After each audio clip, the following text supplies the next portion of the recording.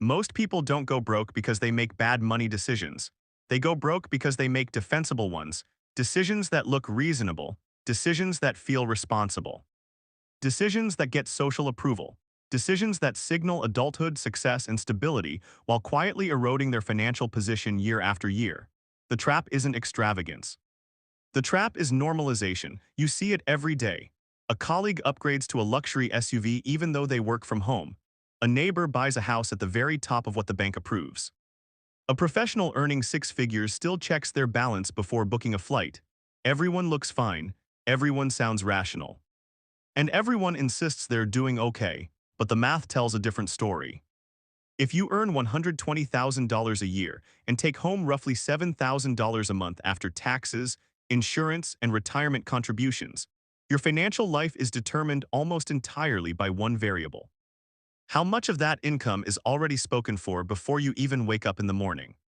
Mortgage, car payment, insurance, utilities, subscriptions, maintenance, lifestyle inertia.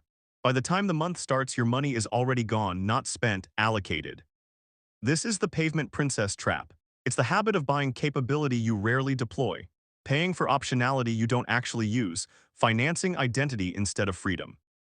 In car culture, a pavement princess is a lifted truck that never hauls, never tows, never leaves asphalt. It looks rugged, it signals power, but economically it's dead weight, high cost, low utility. Negative return. Most modern financial lives are built the same way. We don't buy assets optimized for return. We buy assets optimized for appearance of readiness.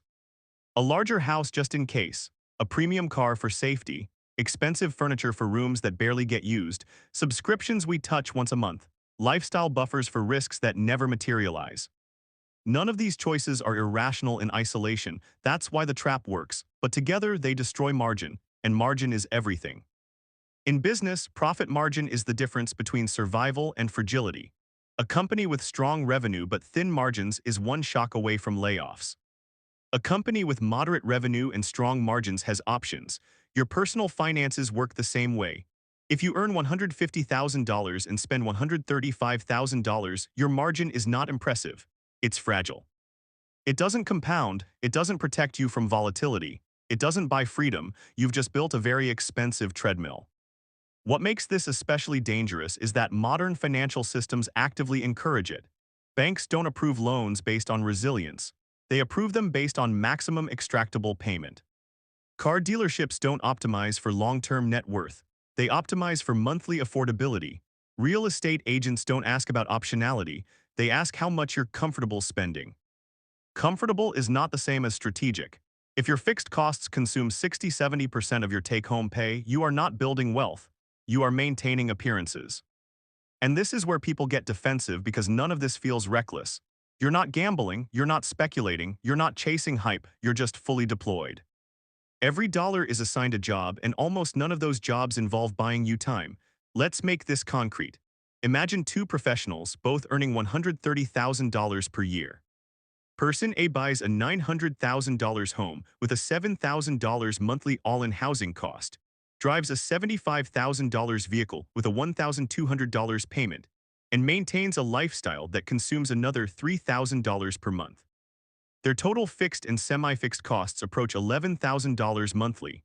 Their take-home pay is about $7,500. They bridge the gap with bonuses, optimism, and the assumption that income will always rise.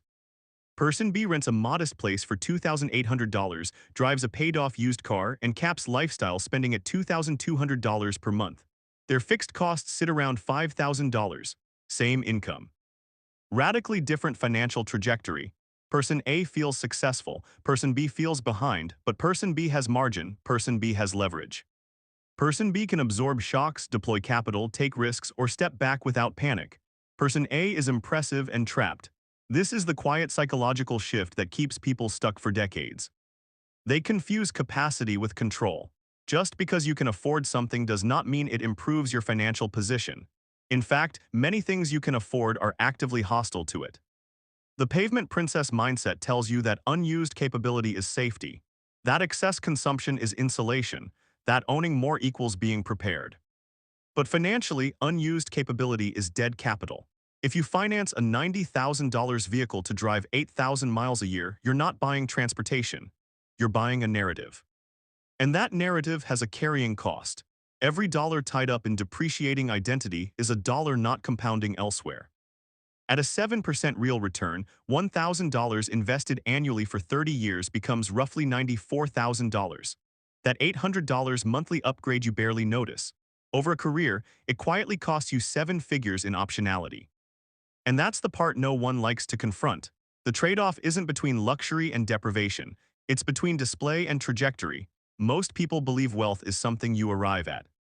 A finish line, a threshold, a visible state. In reality, wealth is a slope. It's the angle of your long-term trajectory relative to your consumption. If your lifestyle grows at the same rate as your income, your slope is flat, even if the numbers are large. If your income grows faster than your lifestyle, your slope is positive, and compounding does the rest. The pavement princess trap flattens the slope. It converts income increases into heavier vehicles, larger homes, and thicker layers of lifestyle complexity.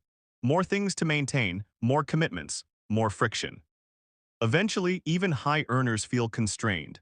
Not because they don't make enough, but because they've engineered their lives to require constant high performance just to stay still. This is why burnout is so common among financially successful professionals.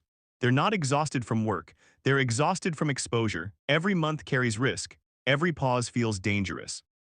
Every decision is filtered through fixed costs. They don't own their income owns them, and the most dangerous part, they think this is normal. Because everyone around them looks the same. Same payments, same upgrades, same quiet anxiety masked as responsibility. The system rewards this behavior with approval, promotions, compliments. Social proof, but the system does not care about your freedom. Freedom is built privately through margin. Margin is what lets you say no, change direction, wait, take asymmetric risks, buy time. And margin requires restraint, not as deprivation but as strategy. This isn't about minimalism, it's about deployment. In investing, capital allocation matters more than raw returns. A mediocre return applied consistently with discipline beats sporadic brilliance every time. Your lifestyle is a capital allocation decision. Every fixed cost is a long-term position you can't easily unwind. Ask yourself how many of your expenses actually improve your long-term optionality, not your comfort, not your image. Your optionality, if income stopped for 6 months, what breaks? If opportunity knocked tomorrow, what would you have to say no to? If your answer is most things, the pavement princess trap already has you, and the solution is not drastic cuts or aesthetic poverty. It's rethinking what wealth actually does for you. Wealth is not about how capable you look, it's about how little you're forced to do. It's about converting labor into freedom, not consumption. It's about building a financial structure where time works for you instead of against you, where compounding happens quietly, where risk is absorbed, not feared. Where choices expand instead of narrow. That doesn't show up on the driveway, it shows up in calm decision-making, in patience, in the ability to wait, and that's why real wealth is often invisible. Because it doesn't need to announce itself.